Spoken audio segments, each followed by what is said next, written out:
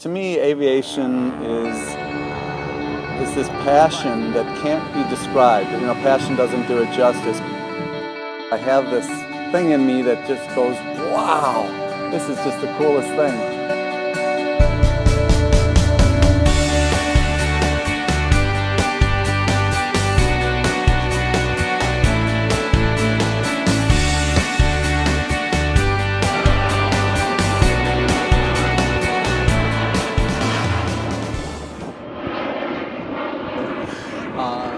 Back when I was young, my father flew in World War II and always kind of around it, but never really flew.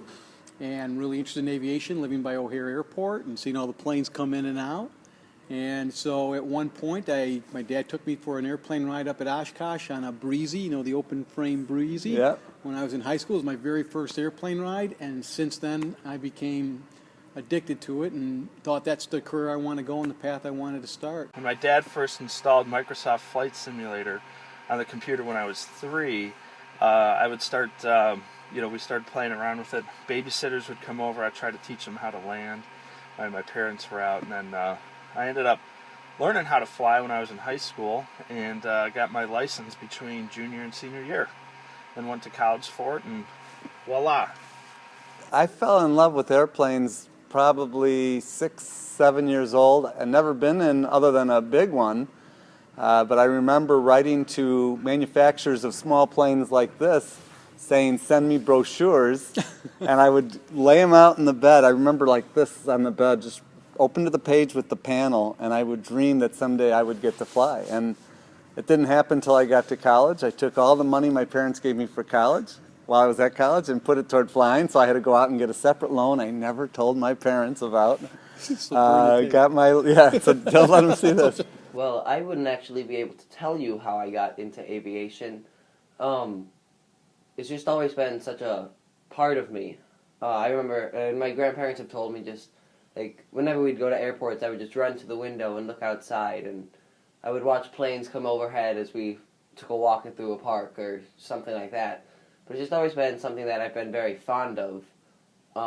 Even though there really hasn't been a specific event that got me into it.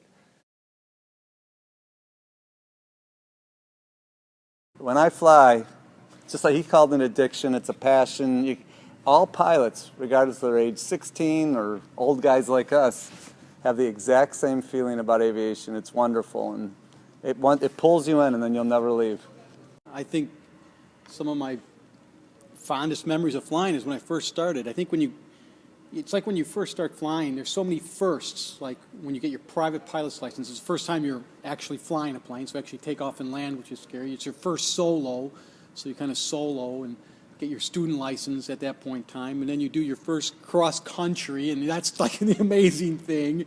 And then you go to get you get your private pilot's license, you go for your check ride. So I think for me, it was just, I was so excited about my privates. There was so many firsts, right? I mean, Yep. Everything was new, everything was every time something happened, I'd call my mom. Today I went, it was bumpy, and it was great, and we had something, the nose wheel was shaking, and it was really cool, you know what I mean? But Yeah. there's always something new and places that you get to go. But I think for me, getting that private pilot's license was really a good time, really interesting. Yeah, and neither one of us fly for a living now. We do it for fun, and we do it to help our business or for other reasons, but Rob used to make money doing it, right? He used to be for pilot for hire. But so it doesn't matter, again, if you're getting paid for it or if you're doing it for fun. Again, I think for me, they all are the same. Yeah, absolutely. I call it a blood-borne disease. You know, it's in your blood, and sometimes it can lay dormant for a little while, and then all of a sudden you wake up and you're just like, bam, I gotta go out and fly and get in the air. And that's the only thing that your mind is stuck on, and you know, you're gonna do everything you can to make that happen.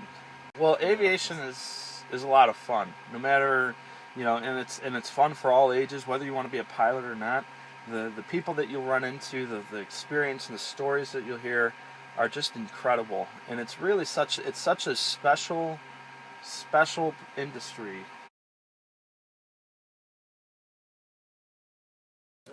Well, Yes, you can see pretty far here on good clear days. Today we were coming back from Madison. We're way up in Wisconsin. You could still see the city. You could see the airport 50, 60 miles out. And that's far for around here. But when I learned to fly, I was out in Arizona, and it used to just say unlimited, visibility unlimited. I mean, you could see 100 miles, mountain ranges. And I just remember the first time seeing the Grand Canyon from the air and flying over the top of that, and just, it didn't look as big as I thought it was. I saw it on the ground before, traveling, but it didn't seem as big. But however, just that whole view, to be able to see the whole canyon was really interesting. But I think just around here, the views are usually a little bit cloudy, but a little bit hazy. But you could still see quite a ways. See, coming over the lake, for an example, if you come over the lake at night, you can sometimes on a very clear night see all the way from Traverse City all the way around to Grand Rapids, all the way around to South Bend,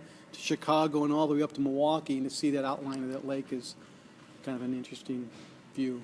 And, I fly, when I go on business, I'll fly the airlines, and of course I walk around the ground. To me, there's nothing more spectacular than flying in that, we'll call it 5,000 to 10,000 feet above the ground. You're so close, you can see people and houses and mountains and whatever, but you're not so far that it's little dots. I mean, you really see everything, and I love the world from 5,000 feet up. It's just amazing, night or day. And it was just today we were looking at all the rain we had. You're able to see the way lands overflow, and you can see everybody, all the different lakes and how high the lakes were. And just to watch that go by is, like you said, at the 5,000 foot level is great. You're so close to it. Yeah, and moving so fast. And moving so fast. So actually, if you go on Twitter and you find a hashtag gulping beauty, there's a lot of people on Twitter posting their flying pictures and things like that. And the views are just really incredible. You can fly over the mountains, fly over national parks. Like I flew over Mount Rushmore in this airplane that we're in right now. And another cool thing is, my favorite thing from view of flying is that I made the sun set twice in a day. And it was cool. The sun had just gone down. I was taxiing out to go take off, and it just set below the horizon.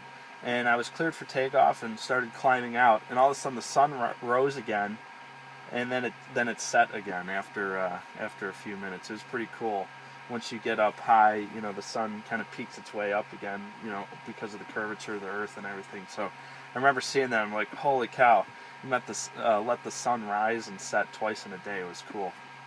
One thing I think everyone can relate to about aviation is flying on a commercial jet. I'm sure pretty much everyone has had the experience of being on a commercial flight and being able to look out the window on a commercial flight. And at 40,000 feet up, you can see really far. You can look up on a longer flight with a bigger plane. You can look up and you can even see the blackness of space above you. Well, you're not incredibly high, you're not quite there, but you're starting to get to that height. And it's just incredible. And I love coming in for landing and just being maybe 2,000 feet up, or even as you get to 500 feet up, you're still high enough that you can see a far distance, but you can really start to make out everything that you see. You'll see cars, you'll see people, and those are just people going on their everyday lives, and you're able to just kind of look in on it. And from such a height, it's pretty incredible just to be able to see all that.